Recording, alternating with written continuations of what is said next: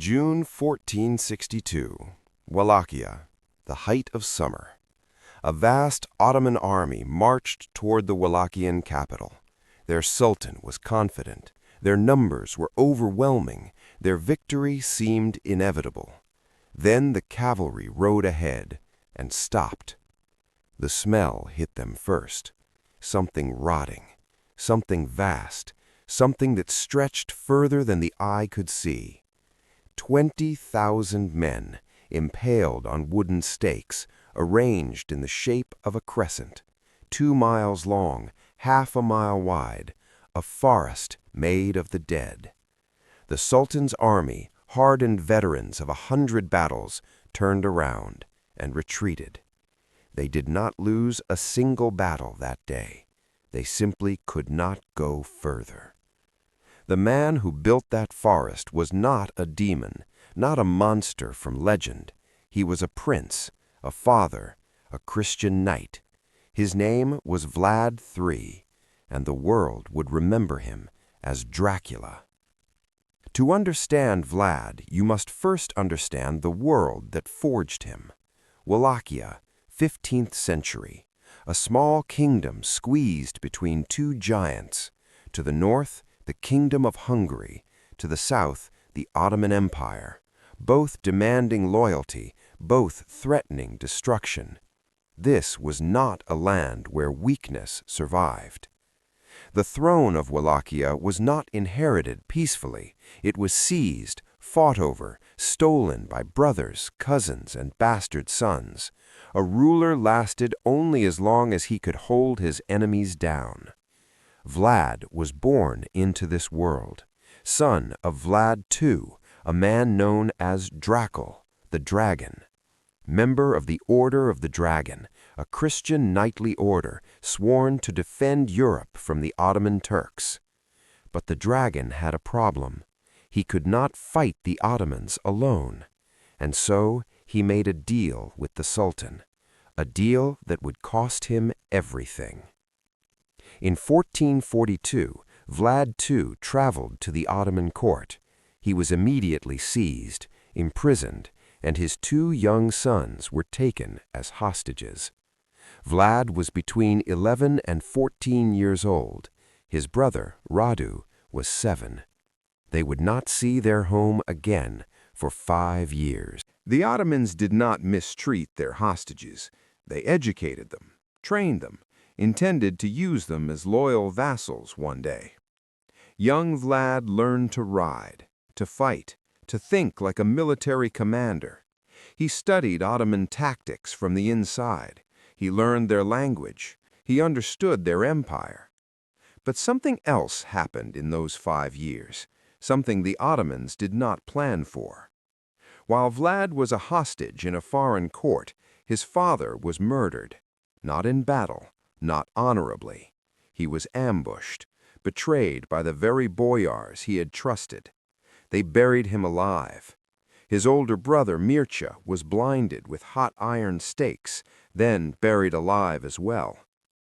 Vlad received this news in an Ottoman prison.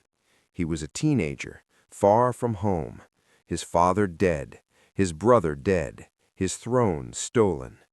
And in that moment, something inside Vlad III hardened into something that would never soften again.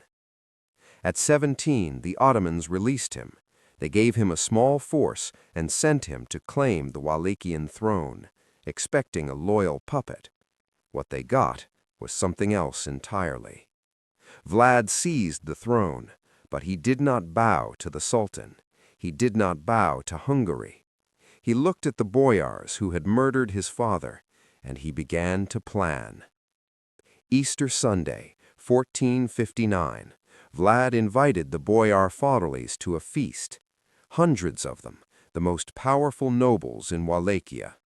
They came dressed in their finest clothes, expecting celebration. Instead, Vlad's soldiers surrounded them. The older boyars were impaled on the spot. The younger ones were marched to a crumbling castle on a cliff and forced to build it with their bare hands until their fine clothes fell from their bodies, until many of them collapsed and died. The castle still stands today. It is called Poyanari, built on the bones of the men who killed his father. This was not madness.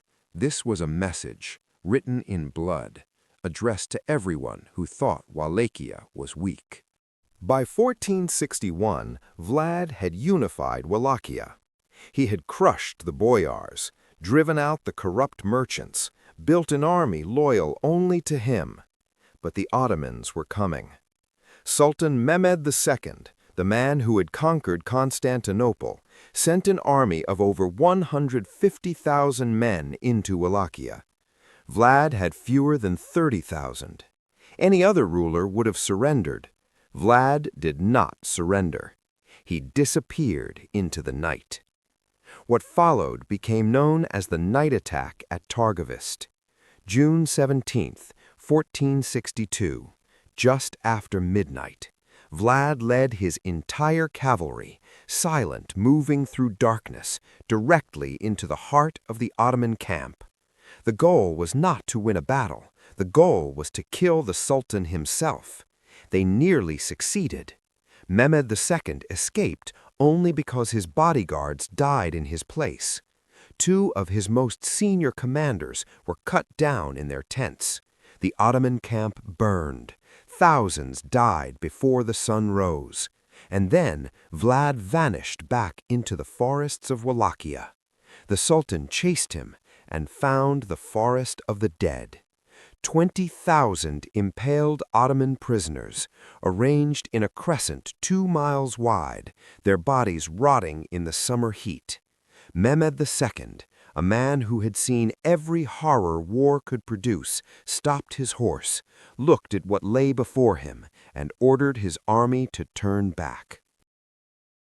The greatest military force in the world stopped. Not by walls, not by armies, but by the mind of one man. Vlad had won, but winning was not enough to save him. The boyars who survived had not forgotten. The Saxon merchants he had punished had not forgiven, and his own brother Radu had chosen a different path. Where Vlad was fire, Radu was water.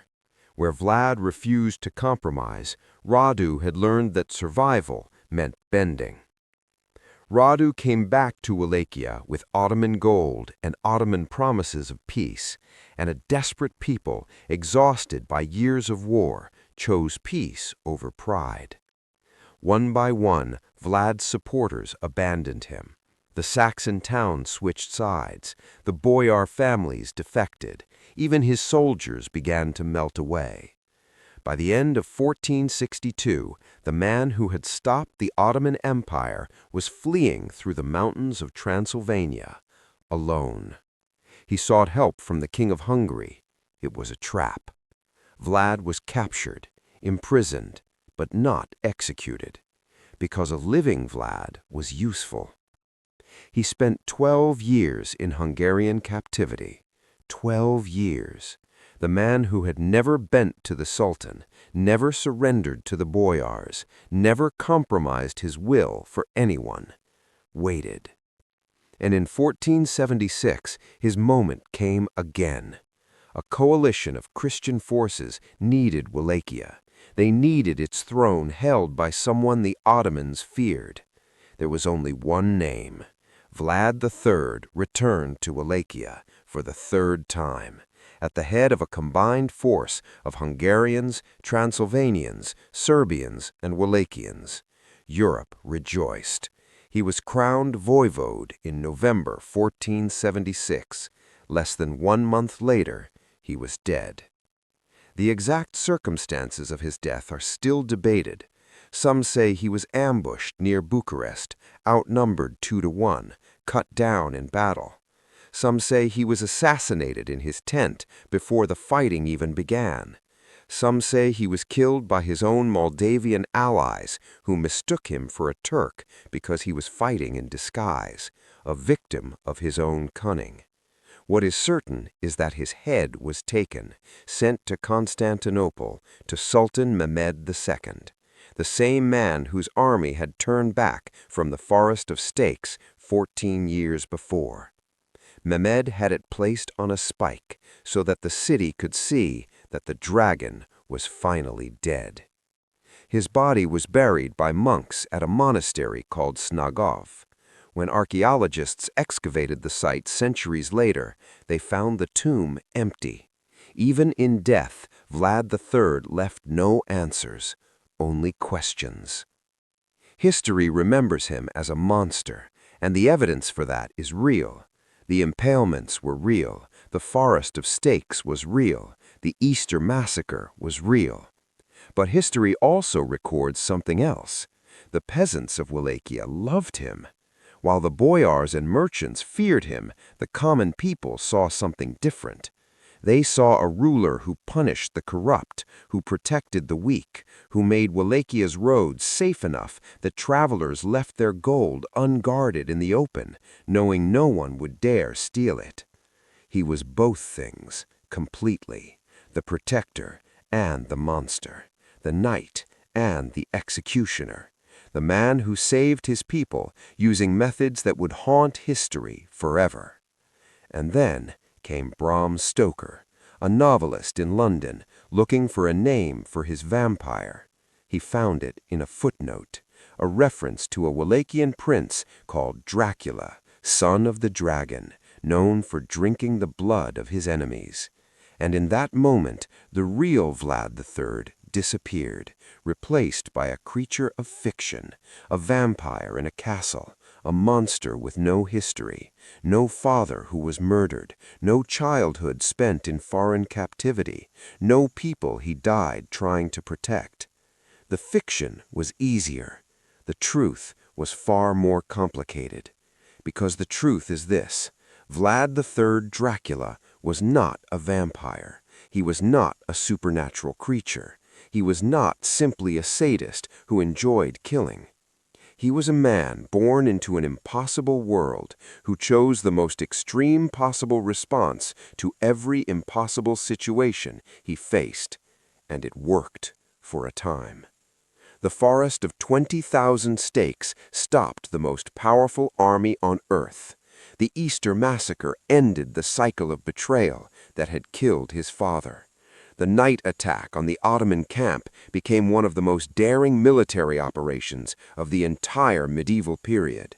He was effective. He was just unbearable to live alongside.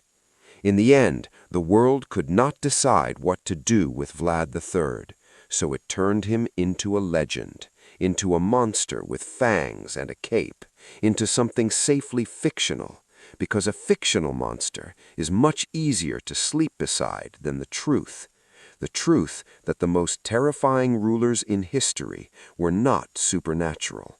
They were human, completely, entirely, disturbingly human.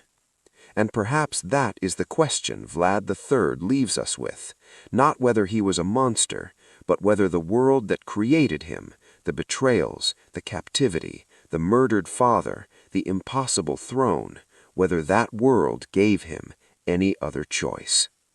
The dragon is dead. The stakes have rotted into the earth. The forest is gone. But the question remains, standing in the silence where 20,000 men once hung. Was he the monster, or was he the mirror?